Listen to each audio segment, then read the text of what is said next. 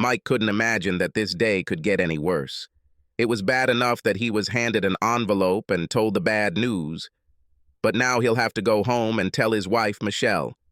They got married 3 years ago, right after graduating from college, and started their careers. They were both making decent money, but Mike had no idea how they were going to manage it financially. Mike was lost in thought, barely aware of his surroundings as he drove home when his cell phone rang. "Hello? Hey, baby. Is everything okay? You don't speak well. Sorry. It was a hard day. I'll tell you about it when I get home." "Okay. I also need to tell you something when you get home." "Oh, I forgot to tell you earlier. My parents are having dinner with us today. I'll see you when you get home. Love you." "I love you too." When the call ended, Mike groaned. He loved Michelle's parents, but the last thing he wanted to do was give her bad news when her parents were there. Although, come to think of it, maybe their presence there wasn't so bad. They've been through a lot, so maybe they could help Michelle see that it's just a setback and that together they'll find a way through it. Mike didn't want to ruin everyone's dinner, but decided it would be best to break the bad news as soon as he got home.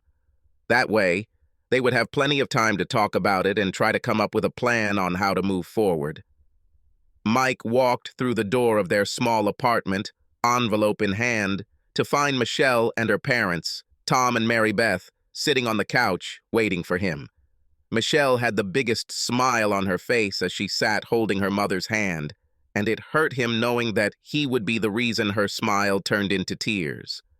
Before he could enter, Michelle said, "Hey, baby, I know you've had a rough day, but I have something important to tell you. So, we've been trying to have children for the last 10 months without success. So today my mom went with me to see a fertility doctor. They took some blood to run some tests while we talked to the doctor. After a while, a nurse came in and gave the results of the blood test to the doctor. After looking at the results, he said there was nothing he could do, because I am already pregnant."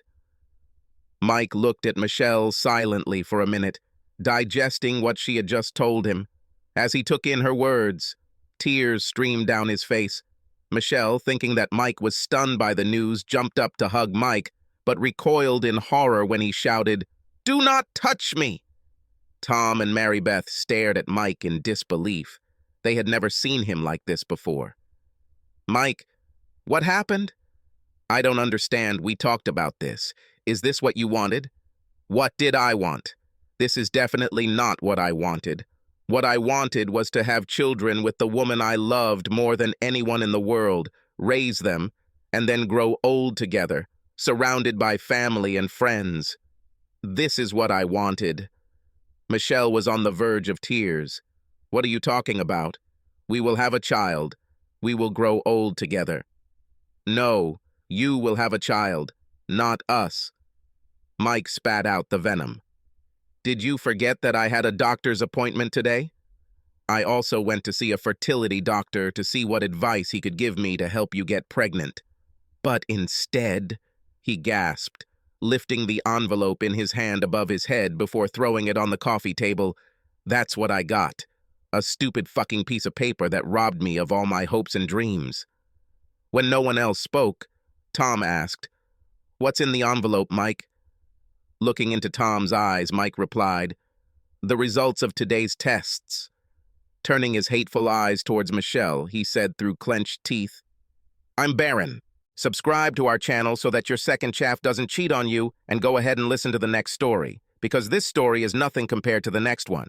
If you're under 18, don't even think about listening to the next one."